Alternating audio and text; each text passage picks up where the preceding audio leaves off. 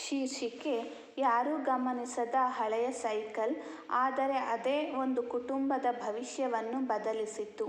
ಮಲೆನಾಡಿನ ಒಂದು ಪುಟ್ಟ ಹಳ್ಳಿಯಲ್ಲಿ ರಾಘವ ಎಂಬ ಯುವಕ ವಾಸಿಸುತ್ತಿದ್ದ. ಅವನ ತಂದೆ ಕೆಲವು ವರ್ಷಗಳ ಹಿಂದೆ ಅನಾರೋಗ್ಯದಿಂದ ನಿಧನರಾಗಿದ್ದರು. ಮನೆಯ ಜವಾಬ್ದಾರಿ ಎಲ್ಲವೂ ರಾಘವನ ಹೆಗಲ ಮೇಲೆ ಬಿದ್ದಿತ್ತು. ತಾಯಿ ಲಕ್ಷ್ಮಮ್ಮ ದಿನಗೂಲಿ ಕೆಲಸಕ್ಕೆ ಹೋಗುತ್ತಿದ್ದರೆ, ರಾಘವ ಹತ್ತಿರದ ಪಟ್ಟಣದಲ್ಲಿ ಸಣ್ಣ ಪುಟ್ಟ ಕೆಲಸ ಮಾಡಿ ಮನೆ ನಡೆಸುತ್ತಿದ್ದ. ಅವರ ಮನೆಯ ಪರಿಸ್ಥಿತಿ ತುಂಬ ಕಷ್ಟಕರವಾಗಿತ್ತು. ಕೆಲ ದಿನಗಳಲ್ಲಿ ಒಂದು ಹೊತ್ತಿನ ಊಟವೂ ಸಿಗುತ್ತಿರಲಿಲ್ಲ. ಆದರೂ ಲಕ್ಷ್ಮಮ್ಮ ಯಾವಾಗಲೂ ಹೇಳುತ್ತಿದ್ದಳು, ಮಗ, ಬಡತನ ಶಾಶ್ವತವಲ್ಲ, ಆದರೆ ಪ್ರಾಮಾಣಿಕತೆ ಶಾಶ್ವತ. ಆ ಮಾತು ರಾಘವನ ಮನಸ್ಸಿನಲ್ಲಿ ಆಳವಾಗಿ ಉಳಿದುಕೊಂಡಿತ್ತು. ಒಂದು ದಿನ ಪಟ್ಟಣದಿಂದ ಮನೆಗೆ ಬರುತ್ತಿದ್ದಾಗ ರಸ್ತೆಯ ಬದಿಯಲ್ಲಿ ಹಳೆಯ ತುಕ್ಕು ಹಿಡಿದ ಸೈಕಲ್ ಒಂದನ್ನು ಕಂಡ. ಅದರ ಮೇಲೆ ಯಾರೂ ಗಮನ ಕೊಡುತ್ತಿರಲಿಲ್ಲ. ಜನರು ಅದನ್ನು ಕಸದ ವಸ್ತುವೆಂದು ಭಾವಿಸಿ ದಾಟಿ ಹೋಗುತ್ತಿದ್ದರು. ರಾಘವ ಅದನ್ನು ಹತ್ತಿರದಿಂದ ನೋಡಿದ. ಸೈಕಲ್ ತುಂಬ ಹಳೆಯದಾಗಿದ್ದರೂ ಅದರ ಫ್ರೇಮ್ ಗಟ್ಟಿಯಾಗಿತ್ತು. ಇದನ್ನು ಸರಿಪಡಿಸಿದರೆ ಉಪಯೋಗಕ್ಕೆ ಬರಬಹುದು ಎಂದುಕೊಂಡ. ಸುತ್ತಮುತ್ತ ಯಾರೂ ಇಲ್ಲದ ಕಾರಣ ಹತ್ತಿರದ ಅಂಗಡಿಗಳಿಗೆ ಹೋಗಿ ಕೇಳಿದ. ಈ ಸೈಕಲ್ ಯಾರದ್ದು? ಯಾರಿಗೂ ಗೊತ್ತಿರಲಿಲ್ಲ. ಪೊಲೀಸ್ ಠಾಣೆಗೆ ಹೋಗಿ ಮಾಹಿತಿ ನೀಡಿದ. 3 ಕಳೆದರೂ ಯಾರೂ ಆ ಸೈಕಲನ್ನು ತಮ್ಮದು ಎಂದು ಹೇಳಲಿಲ್ಲ. ಅಧಿಕಾರಿಗಳು ಹೇಳಿದರು, ಇನ್ನು ಇದು ಯಾರಿಗೂ ಬೇಕಿಲ್ಲ ಅನ್ನಿಸುತ್ತದೆ. ಬೇಕಿದ್ದರೆ ನೀನೇ ತೆಗೆದುಕೊಂಡು ಹೋಗು. ರಾಘವ ಅದನ್ನು ಮನೆಗೆ ತಂದ. ಅವನ ಸ್ನೇಹಿತ ಮಂಜುನಾಥ ಸೈಕಲ್ ಮೆಕ್ಯಾನಿಕ್. ಇಬ್ಬರೂ ಸೇರಿ 1 ವಾರ ಶ್ರಮಪಟ್ಟು ಅದನ್ನು ಸಂಪೂರ್ಣ ದುರಸ್ತಿ ಮಾಡಿದರು. ಹೊಸ ಟೈರ್, ಹೊಸ ಬ್ರೇಕ್, ಹೊಸ ಬಣ್ಣ, ಕೊನೆಗೆ ಸೈಕಲ್ ಹೊಸದಂತಾಯಿತು. ಆ ಸೈಕಲ್ನಿಂದ ರಾಘವ ಬೆಳಿಗ್ಗೆ ಹಾಲು ವಿತರಿಸಲು ಆರಂಭಿಸಿದ. ನಂತರ ತರಕಾರಿ ತಂದು ಹಳ್ಳಿಯಲ್ಲಿ ಮಾರಲು ಶುರು ಮಾಡಿದ. ಆದಾಯ ನಿಧಾನವಾಗಿ ಹೆಚ್ಚಾಗತೊಡಗಿತು. ಆದರೆ ಒಂದು ದಿನ ಆ ಸೈಕಲ್ನ ಸೀಟಿನ ಕೆಳಗೆ ಒಂದು ಚಿಕ್ಕ ಕಬ್ಬಿಣದ ಬಾಕ್ಸ್ ಕಂಡು ಬಂತು. ಅದರೊಳಗೆ ಇದ್ದ ವಸ್ತು ರಾಘವನ ಬದುಕನ್ನೇ ಬದಲಿಸಿತು. ಸೈಕಲ್ನ ಸೀಟಿನ ಕೆಳಗೆ ಸಿಕ್ಕಿದ್ದ ಕಬ್ಬಿಣದ ಚಿಕ್ಕ ಪೆಟ್ಟಿಗೆಯನ್ನು ರಾಘವ ನಿಧಾನವಾಗಿ ತೆರೆದನು. ವರ್ಷಗಳ ಕಾಲ ಯಾರೂ ಮುಟ್ಟದಂತೆ ಅದು ಧೂಳು ಮತ್ತು ತುಕ್ಕಿನಿಂದ ತುಂಬಿತ್ತು. ಪೆಟ್ಟಿಗೆಯೊಳಗೆ ಒಂದು ಹಳೆಯ ಡೈರಿ, ಒಂದು ಕಪ್ಪು ಬಿಳಿ ಫೋಟೋ ಮತ್ತು ಒಂದು ಸಣ್ಣ ಬಟ್ಟೆಯ ಚೀಲ ಇತ್ತು. ಆ ಚೀಲವನ್ನು ತೆರೆದಾಗ ಅದರೊಳಗೆ ಕೆಲವು ಹಳೆಯ ಚಿನ್ನದ ನಾಣ್ಯಗಳು ಕಂಡವು.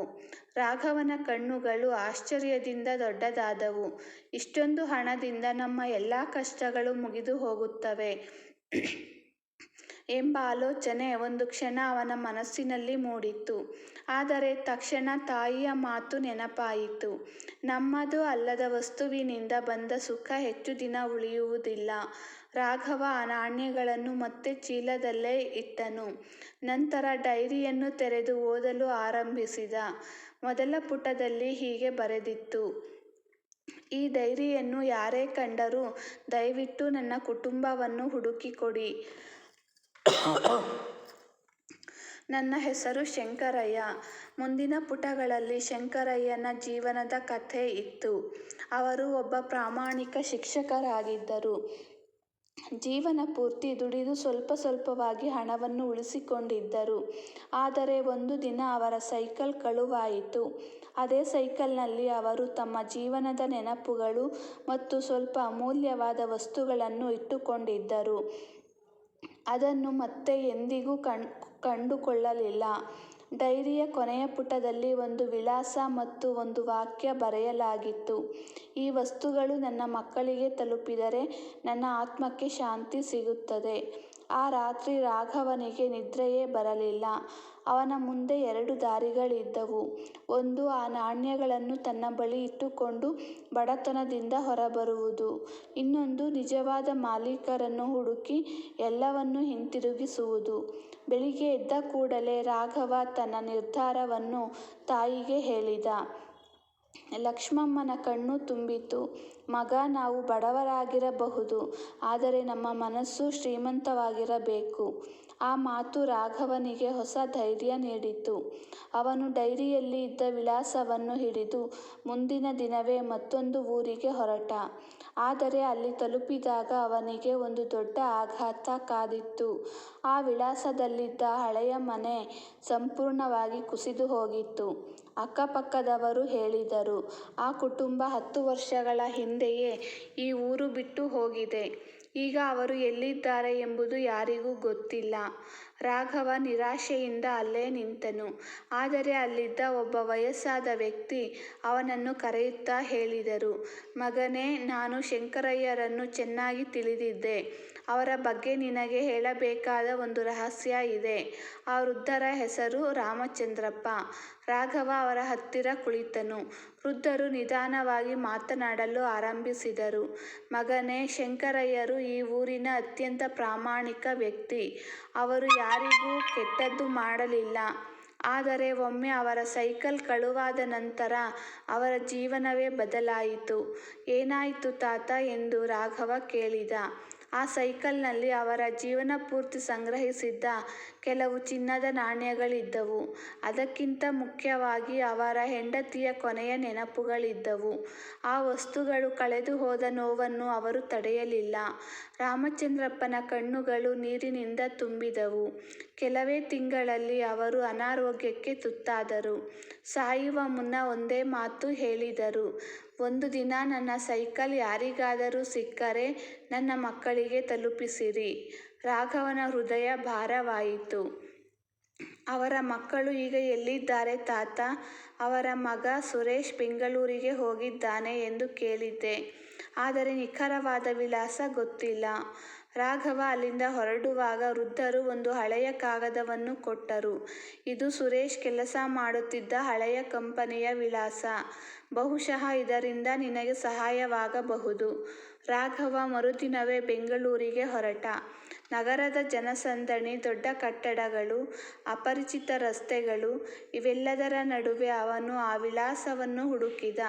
ಆದರೆ ಅಲ್ಲಿ ತಲುಪಿದಾಗ ಮತ್ತೊಂದು ಆಘಾತ ಕಾದಿತ್ತು. ಆ ಕಂಪನಿ 5 ವರ್ಷಗಳ ಹಿಂದೆಯೇ ಮುಚ್ಚಲ್ಪಟ್ಟಿತ್ತು. ರಾಘವ ನಿರಾಶೆಯಿಂದ ಹೊರಬಂದನು. ಅಷ್ಟರಲ್ಲಿ ಗೇಟ್ ಬಳಿ ಕುಳಿತಿದ್ದ ವಯಸ್ಸಾದ ಕಾವಲುಗಾರ ಅವನನ್ನು ಕರೆದು ಕೇಳಿದ, ಮಗ, ನೀನು ಸುರೇಶ್ರನ್ನು ಹುಡುಕುತ್ತಿದ್ದೀಯಾ? ಹೌದು ಅಣ್ಣ. ಕಾವಲುಗಾರ ಸಣ್ಣ ನಗು ಬೀರಿದ. ಅವರು ಒಳ್ಳೆಯ ಮನುಷ್ಯ. ಕಂಪನಿ ಮುಚ್ಚಿದ ಮೇಲೆ ಒಂದು ಅನಾಥಾಶ್ರಮದಲ್ಲಿ ಮಕ್ಕಳಿಗೆ ಉಚಿತವಾಗಿ ಪಾಠ ಹೇಳುತ್ತಿದ್ದಾರೆ. ರಾಘವನ ಮುಖದಲ್ಲಿ ಮತ್ತೆ ಆಶೆಯ ಕಿರಣ ಮೂಡಿತು. ಅವನು ತಕ್ಷಣ ಆ ಅನಾಥಾಶ್ರಮದ ಕಡೆ ಹೊರಟ. ಅಲ್ಲಿ ಮಕ್ಕಳು ಸಂತೋಷದಿಂದ ಆಟವಾಡುತ್ತಿದ್ದರು. ಅವರ ಮಧ್ಯೆ ಸರಳವಾದ ಬಟ್ಟೆ ಧರಿಸಿದ ಒಬ್ಬ ವ್ಯಕ್ತಿ ಮಕ್ಕಳಿಗೆ ಪಾಠ ಹೇಳುತ್ತಿದ್ದರು. ರಾಘವ ಹತ್ತಿರ ಹೋಗಿ ಕೇಳಿದ, ನೀವು ಶಂಕರಯ್ಯರ ಮಗ ಸುರೇಶ್ ಅವರೇನಾ? ಆ ವ್ಯಕ್ತಿ ಆಶ್ಚರ್ಯದಿಂದ ರಾಘವನ ಮುಖವನ್ನು ನೋಡಿದ. ಹೌದು, ಆದರೆ ನಿಮಗೆ ನನ್ನ ತಂದೆಯ ಹೆಸರು ಹೇಗೆ ಗೊತ್ತು? ರಾಘವ ತನ್ನ ಚೀಲದಲ್ಲಿದ್ದ ಆ ಹಳೆಯ ಡೈರಿ ಮತ್ತು ಕಬ್ಬಿಣದ ಪೆಟ್ಟಿಗೆಯನ್ನು ನಿಧಾನವಾಗಿ ಹೊರತೆಗೆದನು. ಸುರೇಶ್ ಕೈಗಳು ನಡುಗತೊಡಗಿದವು. ಅವನ ಕಣ್ಣುಗಳಲ್ಲಿ ಕಣ್ಣೀರು ತುಂಬಿತು.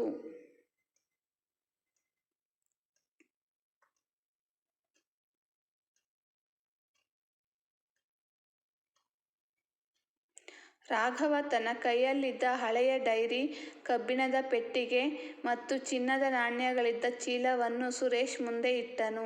ಸುರೇಶ್ ಕೆಲ ಕ್ಷಣ ಮಾತೇ ಬರದೆ ನಿಂತ. ನಿಧಾನವಾಗಿ ಡೈರಿಯನ್ನು ತೆರೆದು ಮೊದಲ ಪುಟವನ್ನು ನೋಡಿದ. ಇದು ನನ್ನ ಅಪ್ಪನ ಕೈಬರಹ. ಅವನ ಧ್ವನಿ ನಡುಗಿತು. ಕಣ್ಣೀರಿನ ಹನಿಗಳು ಡೈರಿಯ ಪುಟಗಳ ಮೇಲೆ ಬಿದ್ದವು. ಅವನು ಪೆಟ್ಟಿಗೆಯೊಳಗಿದ್ದ ಹಳೆಯ ಕಪ್ಪು ಬಿಳಿ ಫೋಟೋವನ್ನು ನೋಡಿದ. ಅದರಲ್ಲಿ ಅವನ ತಂದೆ, ತಾಯಿ ಮತ್ತು ಪುಟ್ಟ ವಯಸ್ಸಿನ ಸುರೇಶ್ ನಗುತ್ತಿದ್ದರು.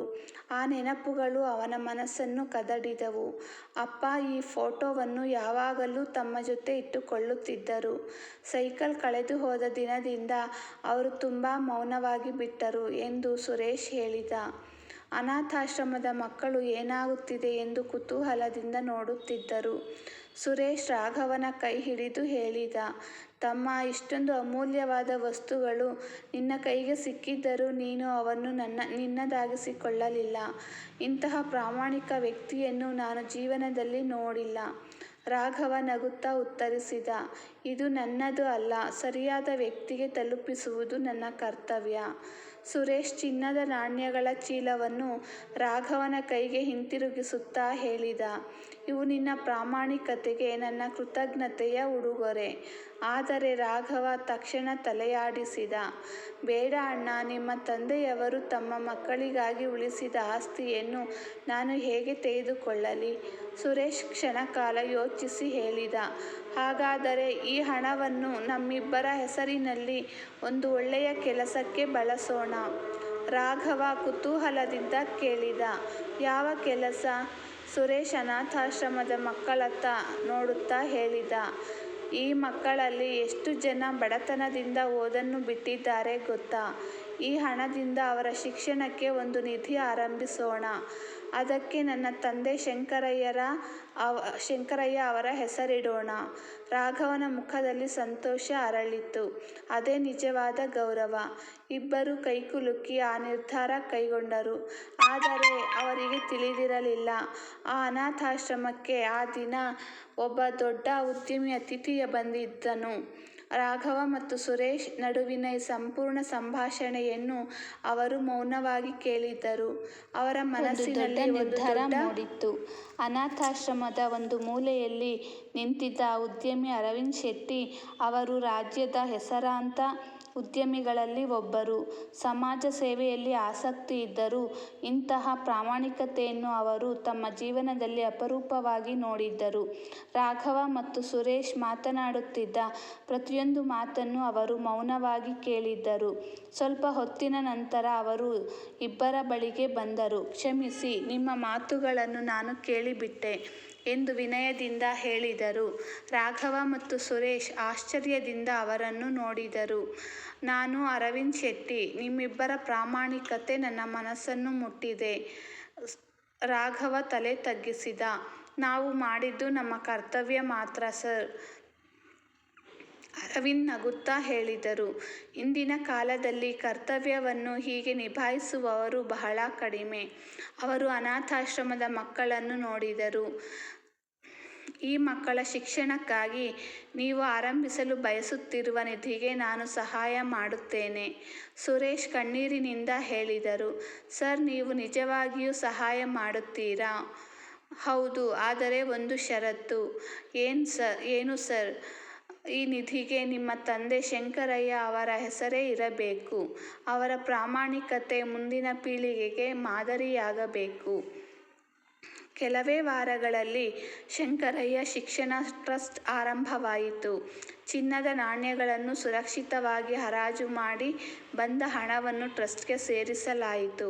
ಅರವಿಂದ್ ಶೆಟ್ಟಿ ಅದಕ್ಕಿಂತ 10 ಪಟ್ಟು ಹೆಚ್ಚು ಹಣವನ್ನು ದಾನ ಮಾಡಿದರು. ಮೊದಲ ವರ್ಷವೇ 50 ಬಡ ಮಕ್ಕಳಿಗೆ ಉಚಿತ ಶಿಕ್ಷಣ, ಪುಸ್ತಕಗಳು ಮತ್ತು ಶಾಲಾ ಶುಲ್ಕದ ನೆರವು ದೊರೆಯಿತು. ಒಂದು ದಿನ ಅರವಿಂದ್ ಶೆಟ್ಟಿ ರಾಘವನನ್ನು ತಮ್ಮ ಕಚೇರಿಗೆ ಕರೆದರು. ರಾಘವ, ನನಗೆ ನನ್ನ ಕಂಪನಿಯಲ್ಲಿ ಒಬ್ಬ ಪ್ರಾಮಾಣಿಕ ವ್ಯಕ್ತಿ ಬೇಕು. ಪದವಿ ಇಲ್ಲದಿದ್ದರೂ ಪರವಾಗಿಲ್ಲ. ನಿನ್ನಂತಹ ನಂಬಿಗಸ್ತ ವ್ಯಕ್ತಿ ನನಗೆ ಬೇಕು. ರಾಘವ ಆಶ್ಚರ್ಯದಿಂದ ನಿಂತ. ನನಗಾ? ಹೌದು, ನಿನಗೆ. ರಾಘವ ತನ್ನ ತಾಯಿಯ ಮುಖವನ್ನು ನೆನಪಿಸಿಕೊಂಡ. ಅವಳು ಹೇಳಿದ್ದ ಒಂದು ಮಾತು ಮತ್ತೆ ಕಿವಿಯಲ್ಲಿ ಮೊಳಗಿತ್ತು. ಪ್ರಾಮಾಣಿಕತೆ ಯಾವತ್ತೂ ಖಾಲಿ ಕೈಯಲ್ಲಿ ಮನೆಗೆ ಮರಳುವುದಿಲ್ಲ. ಆ ದಿನದಿಂದ ರಾಘವನ ಜೀವನ ಹೊಸ ದಿಕ್ಕು ಪಡೆದುಕೊಂಡಿತು. ಆದರೆ ಅವನು ತನ್ನ ಹಳೆಯ ಸೈಕಲನ್ನು ಎಂದಿಗೂ ಮಾರಲಿಲ್ಲ. ಪ್ರತಿದಿನ ಬೆಳಿಗ್ಗೆ ಅದನ್ನು ಸ್ವಚ್ಛಗೊಳಿಸಿ ನೋಡುತ್ತಿದ್ದ. ಏಕೆಂದರೆ ಅದು ಕೇವಲ ಒಂದು ಸೈಕಲ್ ಅಲ್ಲ, ಅವನ ಜೀವನವನ್ನು ಬದಲಿಸಿದ ದೇವರ ಆಶೀರ್ವಾದವಾಗಿತ್ತು. ನೀತಿ: ಪ್ರಾಮಾಣಿಕತೆಯಿಂದ ಕಳೆದುಕೊಂಡಂತೆ ಕಾಣುವುದು ಜೀವನದಲ್ಲಿ ಅದಕ್ಕಿಂತ ದೊಡ್ಡ ಆಶೀರ್ವಾದವಾಗಿ ಮರಳಿ ಬರುತ್ತದೆ. ಹಣಕ್ಕಿಂತ ಮನುಷ್ಯನ ನಂಬಿಕೆ ಮತ್ತು ಒಳ್ಳೆಯ ಗುಣವೇ ಶಾಶ್ವತವಾದ ಸಂಪತ್ತು.